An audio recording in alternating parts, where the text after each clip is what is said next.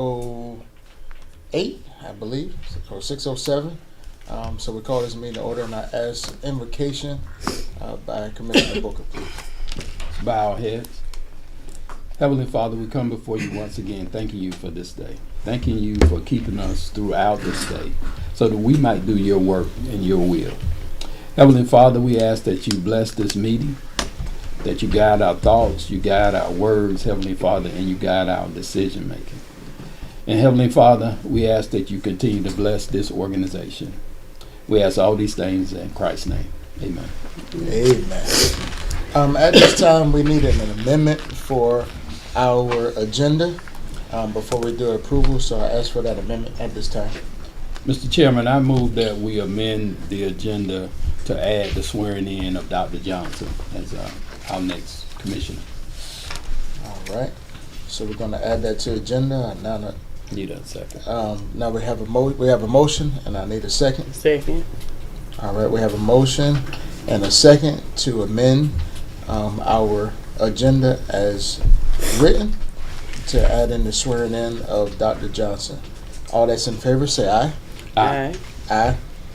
No nays. All right, we'll move forward. So now we will move forward with the swearing in of Dr. Johnson. All right. Dr. Johnson, if you'll raise your right hand. Get them warm, huh? Still chilly. And let's see, you raise your right hand, put the left hand on here, and just repeat after me. I, Dr. Regina Johnson, I, Dr. Regina Johnson, having accepted an appointment having accepted an appointment to serve as Commissioner of the Housing Authority, to serve as a Commissioner of the Housing Authority, City of Brunswick, City of Brunswick, do hereby swear or affirm do hereby swear or affirm that I shall abide by the laws, that I shall abide by the laws, rules, and regulations rules, and regulations which govern the operation which govern the operation of housing authorities of housing in authorities the state of Georgia, in the state of Georgia, and that I shall endeavor and that I shall endeavor during my tenure during my tenure to serve the low-income citizens to serve the low-income citizens of my community of my community by providing safe, sanitary, and affordable housing sanitary, and affordable housing. this 23rd day of February 2026. This 23rd day of February 2026. All right. Well, welcome. Thank you very much. Congratulations. As the chair of this Brunswick Housing Authority, we welcome you, Dr. Johnson, to our board, and looking forward to all of your expertise and everything that you will add to the success of this great organization. And just looking forward to even myself sitting down with you and going over that manual you already got there. Go over that manual with you and do a little orientation with you and share my experience. I believe I'm still the longest lasting commissioner on the board, right? So I do have a plethora of experience. So I look forward to sharing with you and also hearing from you. But again, we welcome you. Thank you. Thank you. All right, at this time, we will move into item C. I think Cullen on. Oh, he's on? Okay. All right. Welcome, Commissioner Collins. Good evening, everyone. Good evening. We just finished the swearing in of Dr. Johnson, if you missed it. I'm not sure if you Well, welcome aboard, Dr. Johnson. We're so tickled to have you. Thank you, Mr. Collins. It is my honor ma'am. to be here. Well, buckle up. We're going to have fun. All right, we will now move to item C, approval of the minutes from the February meetings. Work session minutes held on February 11th, 2026. Executive session minutes held on February 11th, 2026. Have the commissioners, have you had a chance to look at the minutes as read? So we already approved the agenda? Yeah, we approved it, Jeff. Yes. So, yeah, I looked at them. Okay. So do we have a motion to approve the minutes? Motion to approve the minutes from the February meetings, the work session held on February the 11th, and the executive session held on February the 11th. All right, do I have a second? Second. All right, we have a motion to approve the minutes from the work session and executive session. And a second, all that's in favor, say aye. Aye. Aye. Aye. All right, there will be no nays, and we know, of course, you can withstand from the voting. At this time, we'll move to new business. Item A, our resident council, Ms. Maisha Hosley. Good evening, everybody. Good evening. My name is Maisha Hosley. I am the president of the Resident Council. Hi, how are you? All right, so at our last meeting, we spoke with residents about moving more towards self-sufficiency. So we're actively pushing residents toward greater self-sufficiency by encouraging participation in available supportive services and workforce development opportunities. Being reminded that housing is not a final destination, but yet a stepping stone. Some of the programs available, they emphasize the employment readiness and job placement resources, that's Jobs Plus and Ross, financial literacy and budgeting education, which tomorrow evening there is a financial literacy workshop with Bank OZK. Home ownership preparation, the Home Buyers Club is tomorrow evening at the City Hall. And then also educational advancement opportunities. Residents are encouraged to participate in programs not only because they are beneficial but necessary for long-term stability. The ultimate goal is to reduce dependency, increase earned income, and create pathways to economic mobility. For March, our meetings are March the 5th, which is our interactive work session, March 12th, our family night, and then March the 19th, which is our board meeting. One of the things that we discussed at the last board meeting was designated smoking areas for residents, which has come up quite a bit, and also the changes in rent. Ms. Smith, she was there to answer those questions for the residents to give them a better understanding of the changes that are taking place. How did that go? It went well. They understood better as to why the changes were occurring, and they understood that it's only happening once. So it's just now just to spread it to more residents so they'll understand the reasons why. Okay. I'd like to go before any other questions. I'd like to go back to the financial literacy. Is it any way everybody don't have to, but I would like to see like what they teach and what the agenda is, because that was one of my initiatives for you all as residents to ensure that financial literacy is a part of your lives and you really understand what budgeting is and things like that. I would like to know exactly what they are, the resources that they're providing for the residents, if that's fine with you. Mm-hmm. It's tomorrow. Like I said, it's tomorrow at I think it's at 11. At 11, right? Okay, so once I can give you the information for it. Yeah, because I won't be. Who is doing it again? Bank OZK. Okay.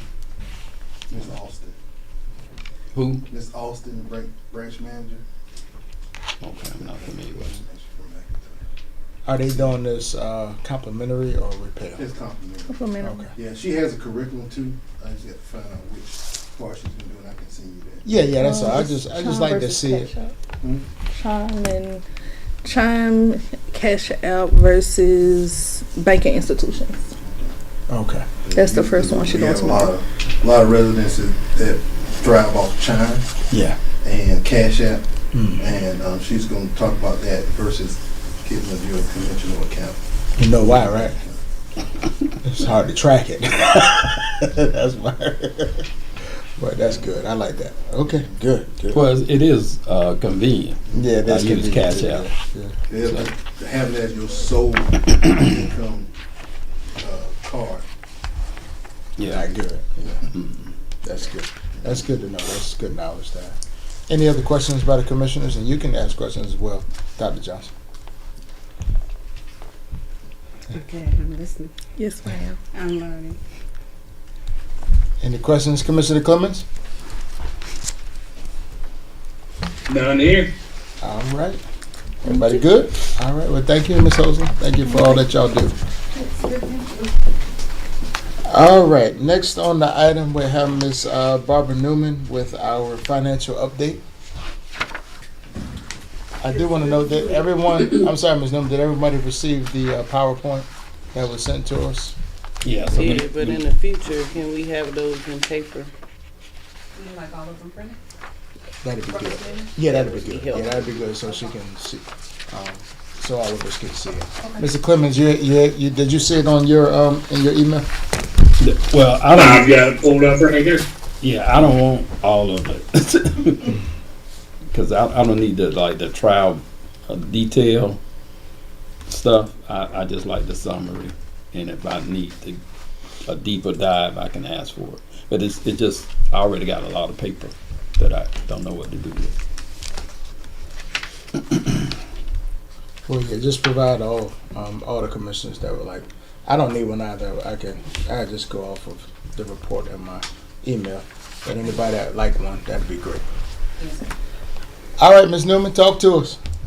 Okay, good evening. I know I have a lot of paper in front of you. This is about a 27-page document. Oh, wow. What I did, because this is the first time, right, that we're diving deep, we've finally been able to get the reporting in our software system streamlined so we can, again, the next step will be to put the budget items in. But I wanted to show everyone what our reports look like coming straight out of the system when it comes to our operations. And this is focusing mainly on our income statement. And so you're not going to see any information here about cash, any balance sheet items, because we're focusing mainly on a budget to actual. And so I want to just focus on the dashboard, which is your very first page here, which gives you a financial summary.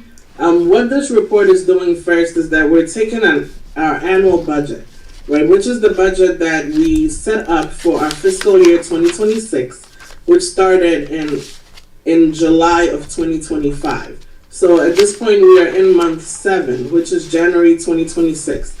This is a year-to-date summary of our operational activity, which has been divided by each of our funding sources.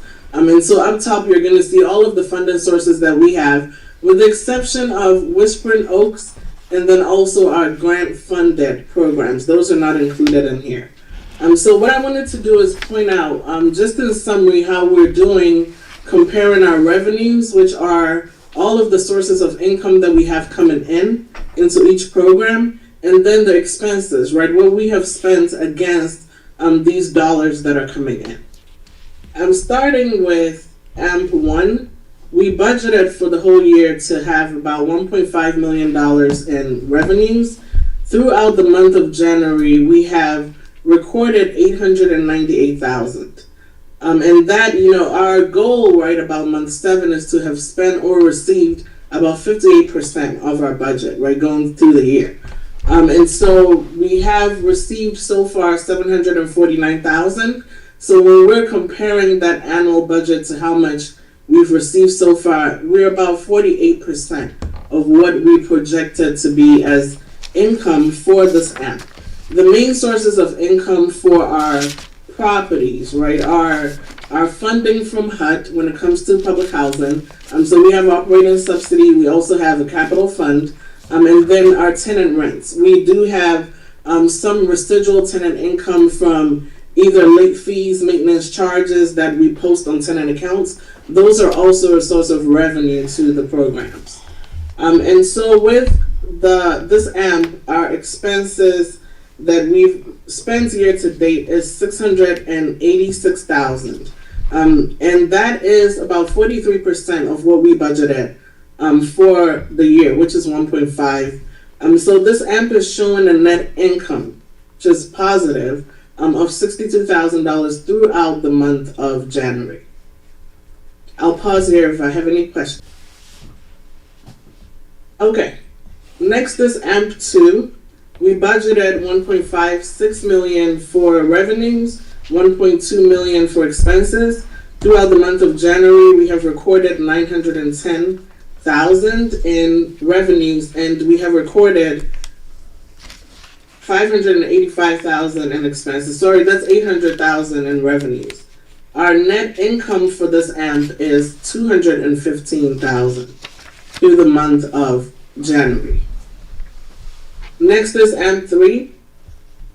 We're showing $600,000 in revenues received so far through January, and then we've expended $548,000, which has given us a net income of $52,000.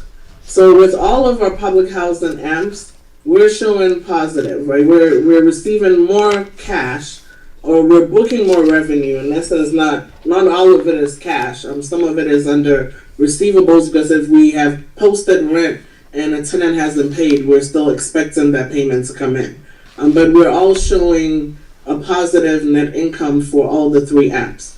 Our public housing subsidy for 2026, which is where HUD will fund us from January to December of 2026, we have been given 5 months, right? HUD gave us, because of all the government shutdowns, we got obligated 5 months of what we applied for, the anticipated amount. However, that amount is prorated at 86%. And so, for example, if we budgeted, we're expecting, our application for AMP1 says, we need $50,000 in revenues, and HUD accepts that. They said, okay, we're obligated to fund you $50,000. However, based on the fact that we don't have a final budget, we're going to prorate all housing authority as 86%. And so at this point, throughout the month of May, we got obligations from January through May, but it's prorated at 86%. At the end of whenever we get the final budget, and sometimes it goes into the next calendar year, we're going to get a final proration. Sometimes that will either go up or down. We don't know that at this point. So that's what public housing is looking like so far through the month of January. Again, I'll pause here for questions. The different public housing units make up the AMPs. That's correct, yes. And I don't know which ones are AMP 1, 2, and 3, but that's... Okay, I'll make sure I'll put a note on there so we know which ones identify under each AMP. Yeah, that'd be good. Thank you, Ms. Newman. Okay. Look, Mr. Davis, Great. can you get us a cheat sheet, please?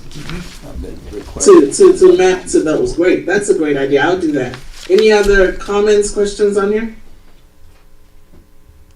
You'll see following the following pages that there's a detail. And again, because this is the first time we're being able to present the financials through the system, these reports are, they're going to change as we move forward. Again, we don't want to inundate you with information. I really do want to just give you the information that is pertinent, that makes, sense, where you can actually ask questions, from what is happening.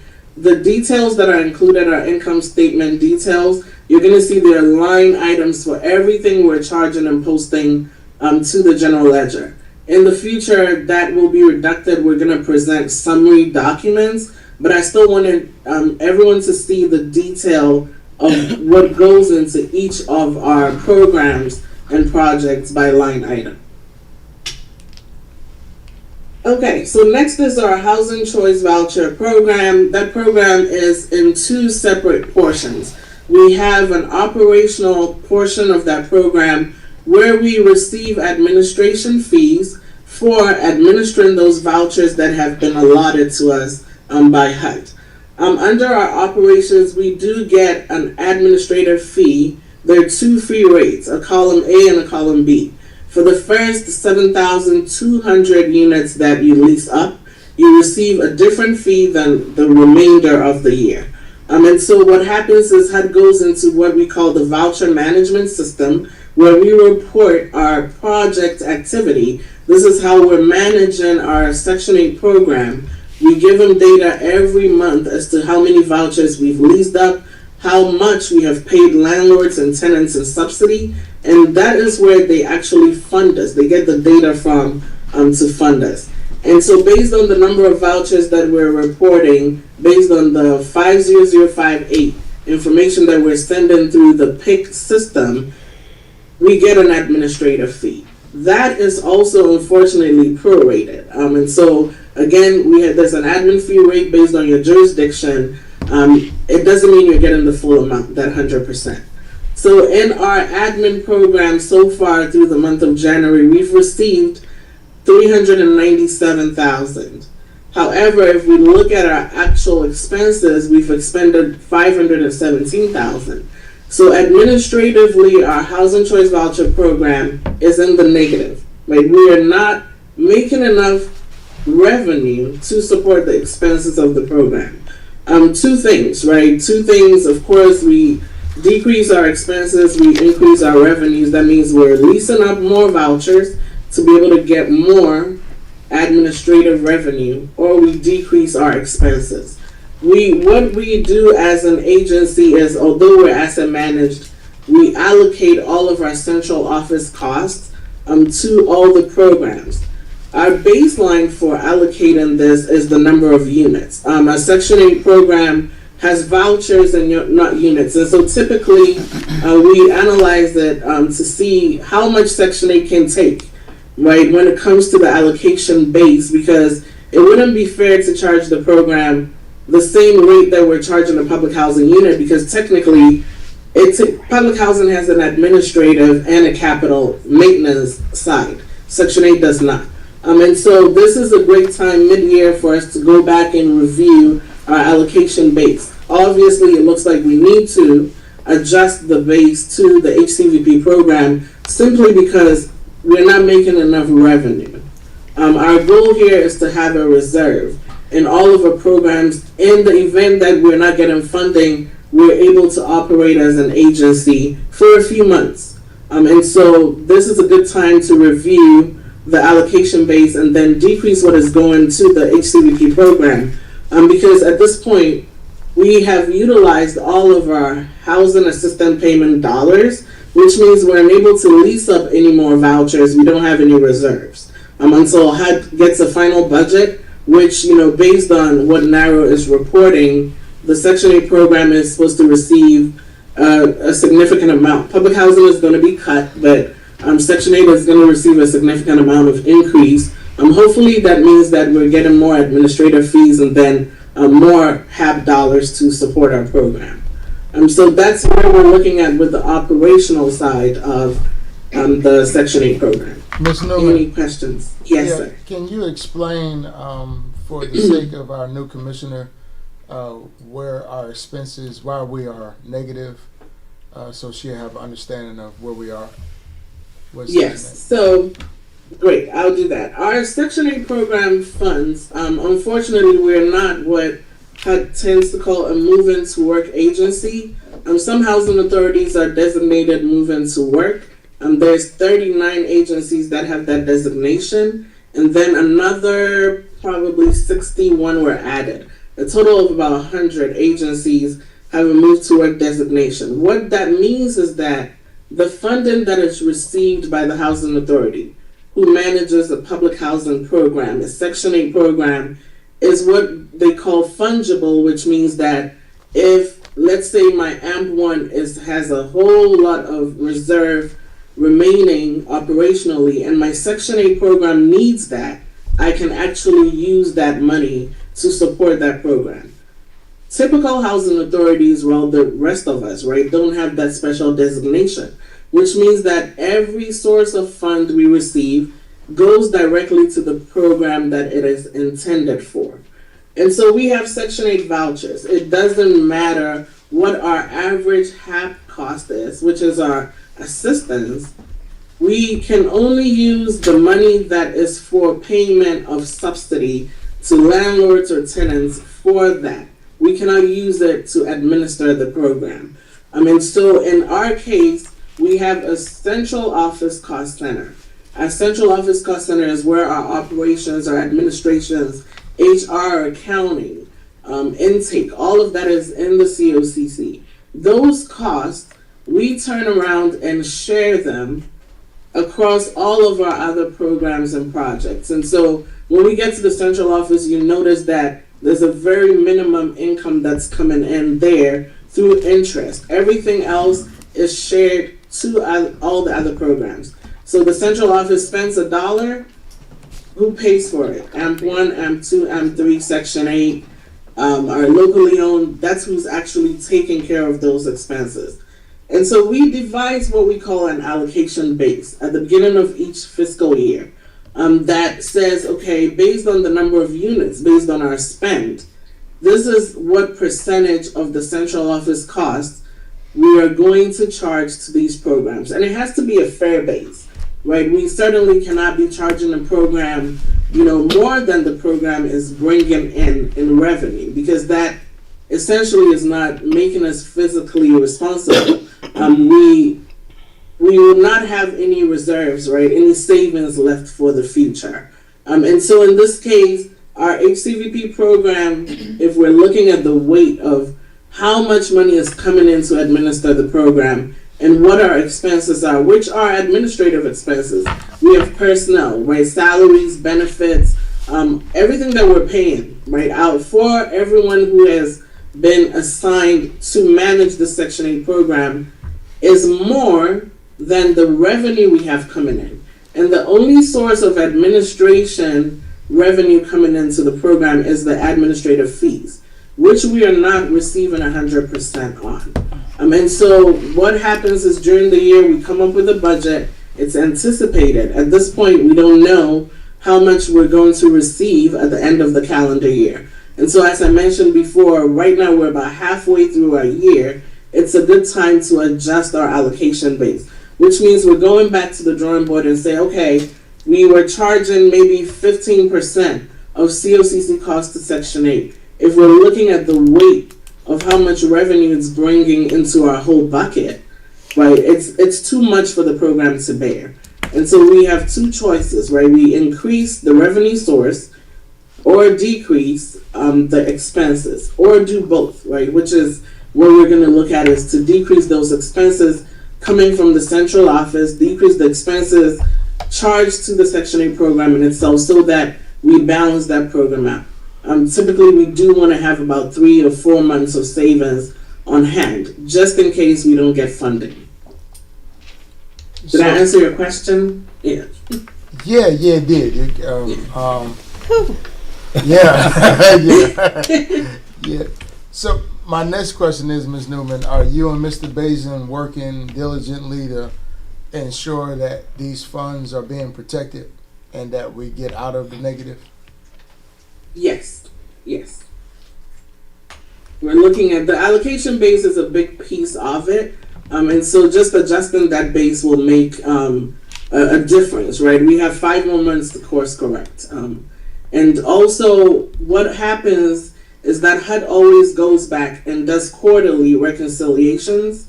Back in December, they gave us a deadline, and so I went back into our VMS system and I went in and updated all of the information we had put in for the year. What happens is they always take a look back and do a quarterly reconciliation, and based on that, they're also going to course correct, saying, oh, we must have short funded you because you have 10 more vouchers, and so we're going to give you that administrative fee. And so all of that data has been corrected to date. Essentially, we're really just waiting for our 2026 final funding from HUD. Yeah. Okay. So at one point we were talking about decreasing the salaries, making us a little bit more uniform to the rest of the PHAs when it comes to how many specialists work on how many vouchers.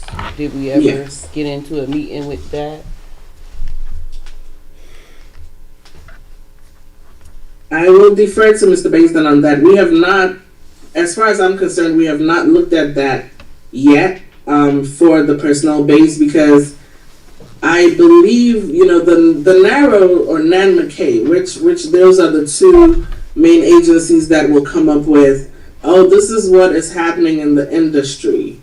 Unfortunately, based on how our agency is set up, most of the time you cannot compare, right, one for one to what is happening. It's based on capacity. It's based on, the personnel and experience. And so somebody at another agency may be able to handle 500-600, certifications, it depends on when all the certs are due to be renewed. There's a lot of activity that goes into determining, how we are set up, who's doing intake, which parts of this program management can be adjusted to see how much staff can handle that. Yeah. And I guess to add on to the point, we've gone from 3 specialists to 2 specialists. And so per the, I think what some of the other EDs were saying was based on the person's experience. So generally a specialist who had 5 to 7 years could handle 500 to 700 vouchers. We don't have anyone in Section 8 that's been there that long. And so right now what we have is we have 2 specialists who are handling just over 320 apiece. And hopefully that's going to work out where they'll be able to master this. We also, in HCV program, we no longer have an admissions counselor. So the benefit to having an admissions counselor is that we have someone daily going through the wait list so that we can purge it. And those who are no longer in need of a voucher, we can remove them off so that we're sure our waiting list is accurate versus just the people who apply, because some of them may have moved, some of them may have moved on, some of them may have actually found housing and no longer need a voucher. And so it's good to have a list purged, but currently those are 2 staffings that used to be a part of the administrative expense that are no longer there.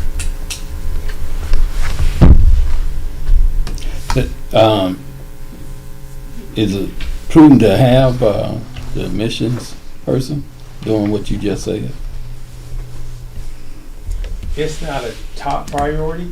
It would be beneficial to have one, but if we're trying to make sure by the time we get to the end of the fiscal year, which is June 30th, that we're not in the negative, that's something that we can hold off on.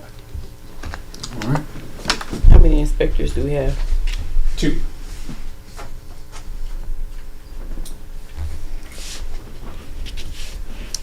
And I believe prior to my arrival, they had 3. And then when I got here, 2 of them left, so we only had 1.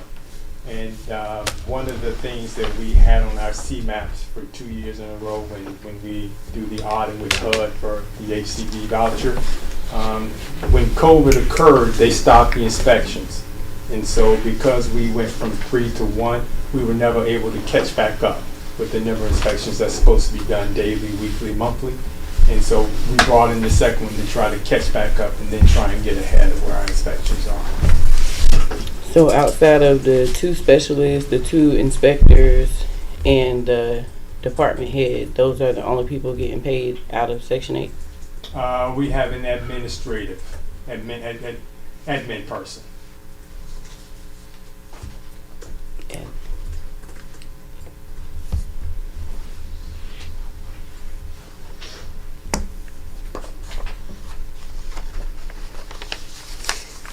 Do we have any other questions? My question is to the administrative person is serving in what capacity? Is it a dual capacity role or just? A lot of the other programs, they have a floater. And so if someone has meetings or something comes up where they can't handle a client or do an annual, the floater can step in. It's kind of like a backstop. And so what the admin person is doing is trying to act as a floater. One of the other things that a lot of the other HCV programs have that we don't have is they have a person designated for special vouchers, project-based vouchers, the vouchers for the veterans, the FY vouchers for the foster youth who are aging out, and then the project-based vouchers specifically for certain programs where the wraparound services are tied to the voucher itself. We don't have that currently. But again, to be able to train that administrative person to at least be equipped to deal with those type of vouchers would be a benefit to us.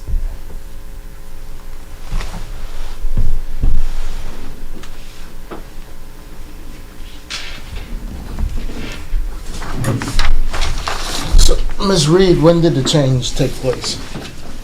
With these inspectors, all this? For the inspectors, we hired when I came on, there was 1 inspector. The second inspector was hired, this is just off the top of my head, maybe CDC came in April of 25. So about a year later, the second inspector came into place.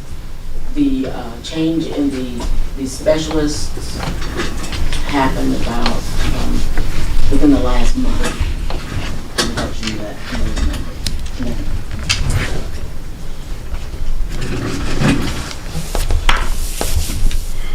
So basically everything's factual. Oh yes. Okay. Yes.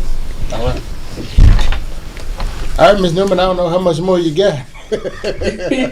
I'll run through it pretty quick. We don't have a whole lot. I think I need some coffee.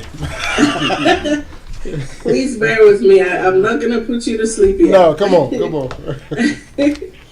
So HCVP are housing assistance payments, right? These are the funds that we receive just to fund our housing assistance payments to landlords and to tenants.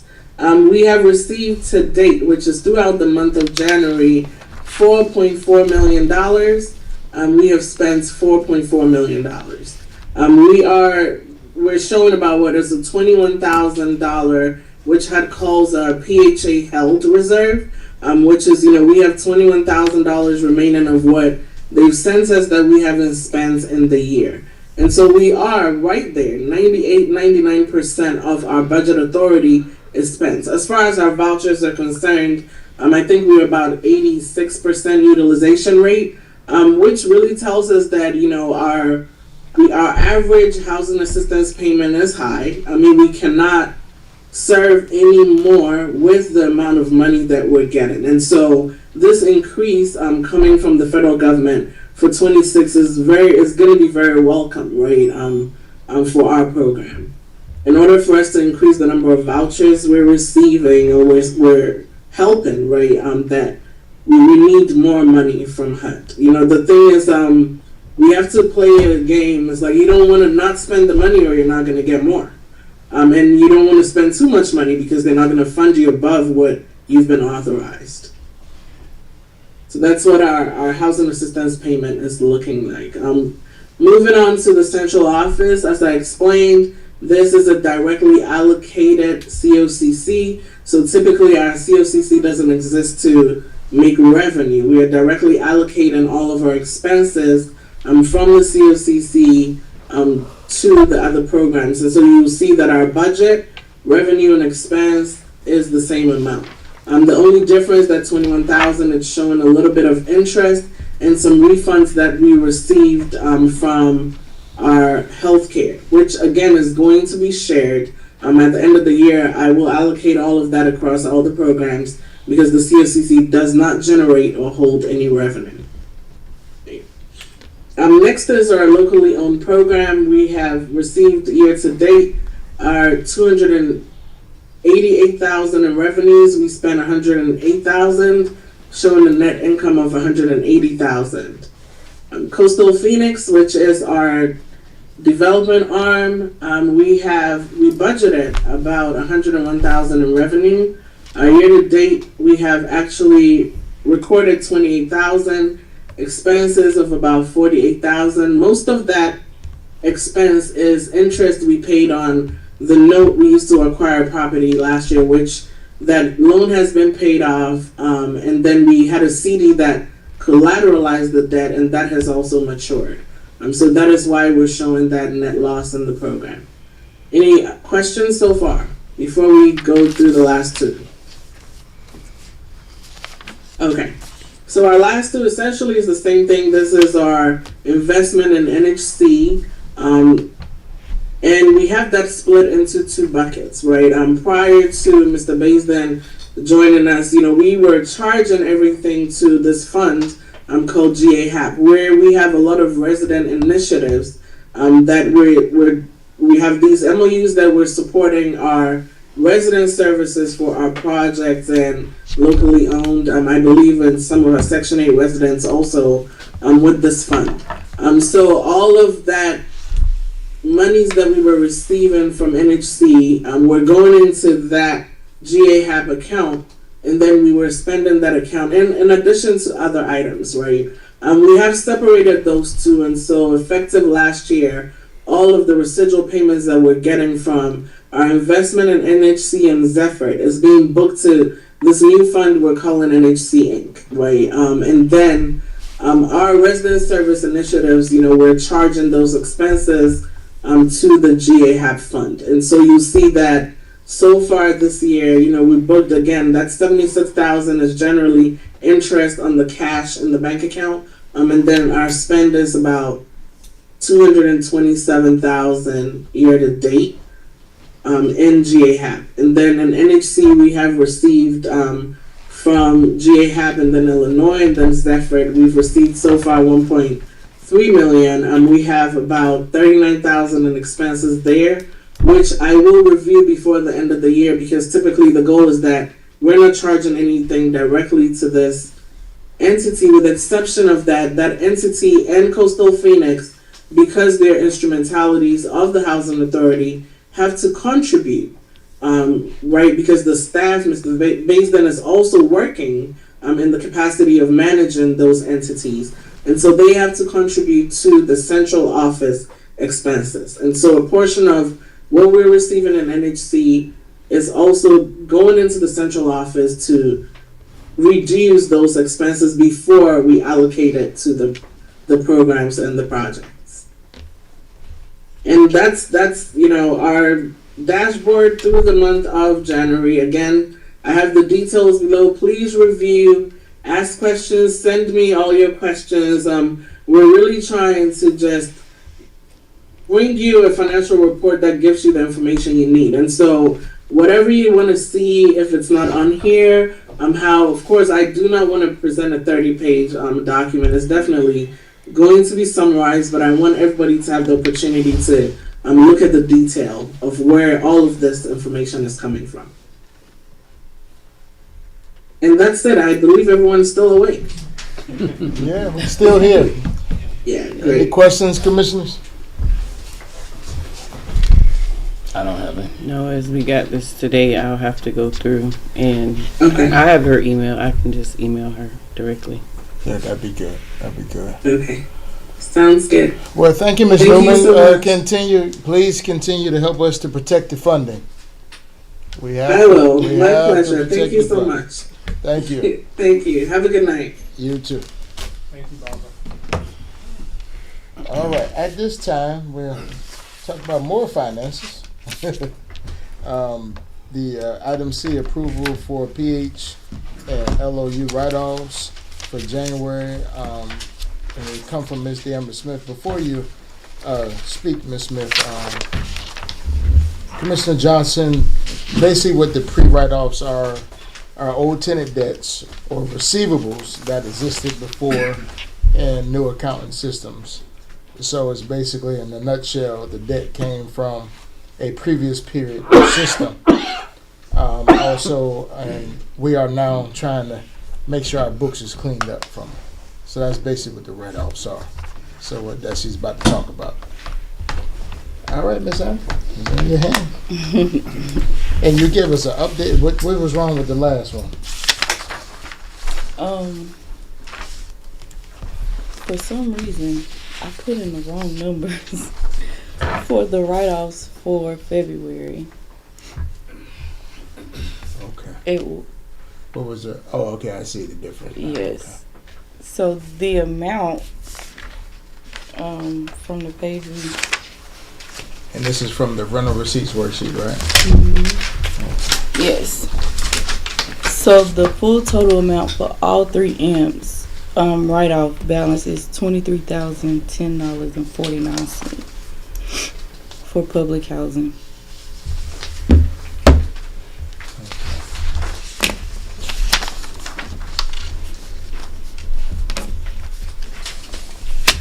All right, everybody. Any questions concerning? I will say this, Commissioner Johnson, this is a lot better than we had in the past as far as our numbers and write-offs. But anybody have any questions concerning the write-offs? Ms. Smith? And then for the LOU, which is our locally owned units, the write-off balance is $19,581.14. It's right there. You moved This it. one. Mm-hmm. So what's this one? That one is section. Oh, this is section A. Okay, got it. All right. So we got okay. Got it. That's the difference. The LOU balance, is that, do we write those off as often? I just don't seem to remember the LOU balance being that high. Has something happened? No, not really. We just had some tenants who skipped out on this. Okay, but we typically don't write off this much. We've just had some tenants that skipped out. Yes, sir. Okay, all right. How many? It was two. About $18,000 worth, sounds like. It was two. It was who? Two. That cost this much? Yeah. 2 tenants Yeah. So we accounted for that much How money? did it get that far? we were not collecting the rent from them. We were, then they stopped, then they came back, and then they just left. Yeah. It was. So with that, are we out of pocket to what we paid their landlord? We are the landlord. This is the This is locally not owned. section A. This This is is a- No, these are the local landlords. I was Yes. thinking, okay, yeah. So I know you're over this, but who is the one responsible for collecting this? I mean, you don't have to say your name, but is there a person responsible for collecting this? It was on me. So how do we let it get like this? So they were under repayments. They were paying, then they wasn't paying the repayment part. So they were paying their actual rent and then a portion of the repayment part. Mm-hmm. So in other words, we work with them. Mm-hmm. And prior to that, how did it get this far? We did rental increases.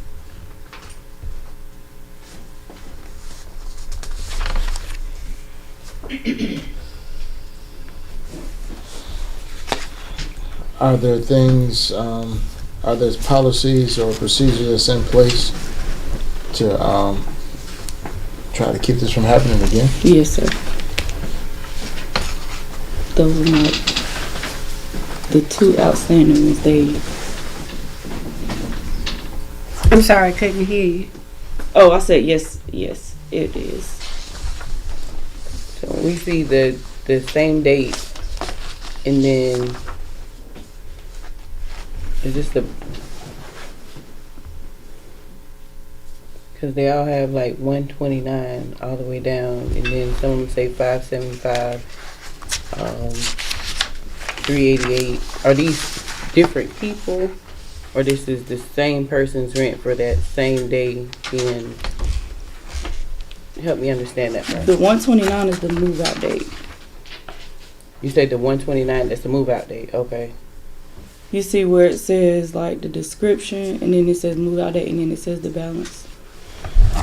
Oh, so these are multiple people. Yeah.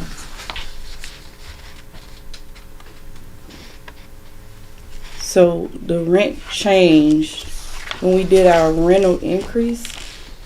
The rent changed from 575 to 700. Okay. I don't think it's different people. It's No, the same it's- person. Yeah. That's that one person. Then the next person is the 9,000. So one is 10,000 and the other is 9,000. Oh, so this goes all the way back to 2024. Yeah. Gotcha.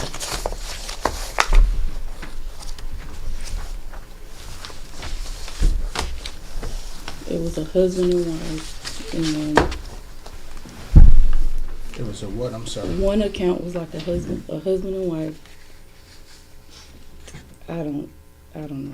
They back and forth. When I finally went to court with them, she was under the impression that he was still paying, and couldn't get in contact with her, couldn't get in contact with him. She said, well, he's gone, but he was paying. I said, no, he wasn't. But it was a money order coming in towards their rent. So, yeah. So we actually took them to court. Yes.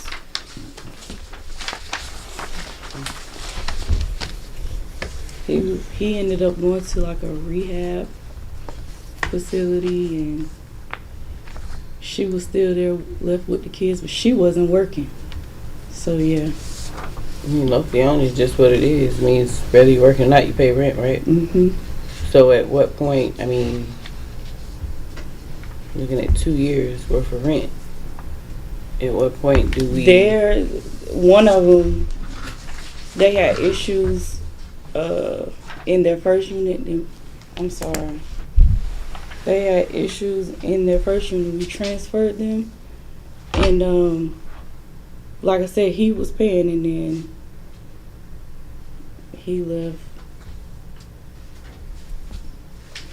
It was a payment coming in, and then payment stopped, and a payment coming in, and then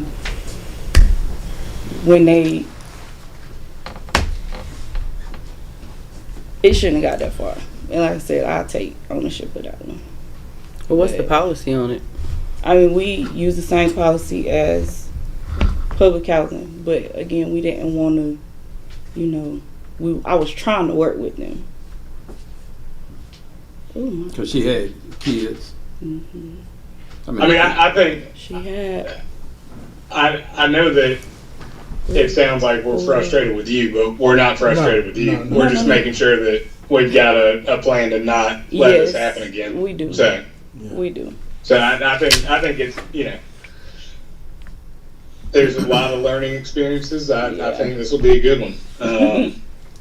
Yeah. And I know we've had some issues with our repayment plans, and we looked at our ability to even have repayment plans, and I can't remember how we came down on that, but I know they kind of got kicked off during the COVID stays, and so I'm not terribly worried about it, but to the extent we can keep this from happening and getting that far out again, maybe just once every quarter or so, just make sure that nobody's getting that far behind again, and we'll let y'all deal with it. But I know it does sound like we're frustrated. I promise we're not. No. At least I'm not. I can't speak for anybody else. No, my biggest thing is from a resident standpoint, it's kind of like favoritism to a certain degree. So if you just follow the policy, then you don't have to worry about somebody else saying, well, such and such got away with it for 2 years and didn't pay rent or pay partial amounts of rent. And so you just don't want that to be a reason why the next person gets this far behind. Right. Well, yeah, I agree to a degree in that, sometimes situations come up. That's our target audience. And it's complicated. Mm-hmm. And if we're and we should try to work with people, but yes, we got to have a cutoff so it doesn't get to this level. Mm-hmm. But when children are involved, it makes it really complicated. So maybe part of the policy may be if it's at a certain point that we make a referral for to the homeless coalition to Coastal or somebody, safe harbor. Because if they're at a point where we have to evacuate. Kick them out. Then at least let's refer them. It's my thinking. Okay, we all clear on any questions and thoughts? All right, I will accept a motion to approve the PHA and LOU write-offs for January. So moved. We have a motion. Do I have a second? All right, we have a motion and a second to approve the PHA and LOU write-offs. All those in favor say aye. Aye. Aye. No nays? Yeah, well, I know you. I abstain. Yes, ma'am. Abstain. We have one abstention. All right. We'll move forward with now the approval for Section 8 write-offs. for January. Ms. Douglas is out today, so I'll give her a write-off report to the board. We have a total of $16,441. The majority, a lot of the charges are from the consultant that we brought in to help clean up our pick. And what they did was they found obscure amounts, small amounts that were on the accounts from several months and years ago. And so in order to go ahead and clear up pick errors as well as any outstanding expenses, something as simple as a utility allowance check, we went ahead and include all of them into the pre-charge write-offs, and that's where we get the number of $16,441. What does PIC stand for again? Public Indian. Public Indian. Because it's tribal. No, because HUD uses the PI. It's for public and it's for Indian, because it covered when they first created the program. A lot of the Native Americans were a part of it. Oh, okay. Yeah, and so it has the Indian in that name, and that's where the I comes from. It's fully Public and Indian Housing Inventory Center, PIH Inventory Center. Okay. So what is the fraud charge? When we use the EIV system, the income verification system through HUD, they run the Social Security numbers and the date of birth of all of our residents, whether it be public housing or Section 8. And if there's income that we have attribute to what someone is earning and is different based on the EIV that HUD runs, they'll contact us about the discrepancy. A lot of times what will happen is their system is delayed, so that if we get a tenant gets a new job or gets a promotion and starts reporting new income, they will provide the paycheck stubs. But I think we have to wait until we get 3 of them before we can update our system, whereas the EIV won't do that. It'll update it immediately. So within a month, the system could be altered by almost $1 million. And so when that occurs, it pops up under the title of fraud until we have an opportunity to clear it. So of course this number sticks out. How did this come about? Income that wasn't reported. I think that's what he just said. And it was eventually confirmed between the resident and HCV. So it's really not necessarily fraud. It's just the system that HUD has, and it reports it immediately, but we give the residents an opportunity to provide free paycheck stubs before we update it in the system. So it won't be instantaneous the way it is with HUD. So we write this off and we pay it, and then when the system updates, we get that money back. Typically what we do, and for this sheet I know specifically, there's a repayment agreement that's pending that would remove this from this particular listing.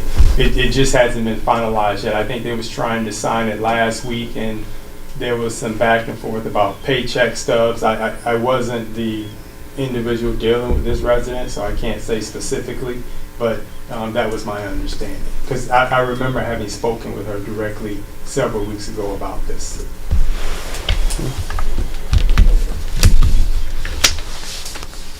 Okay, any questions, commissioners?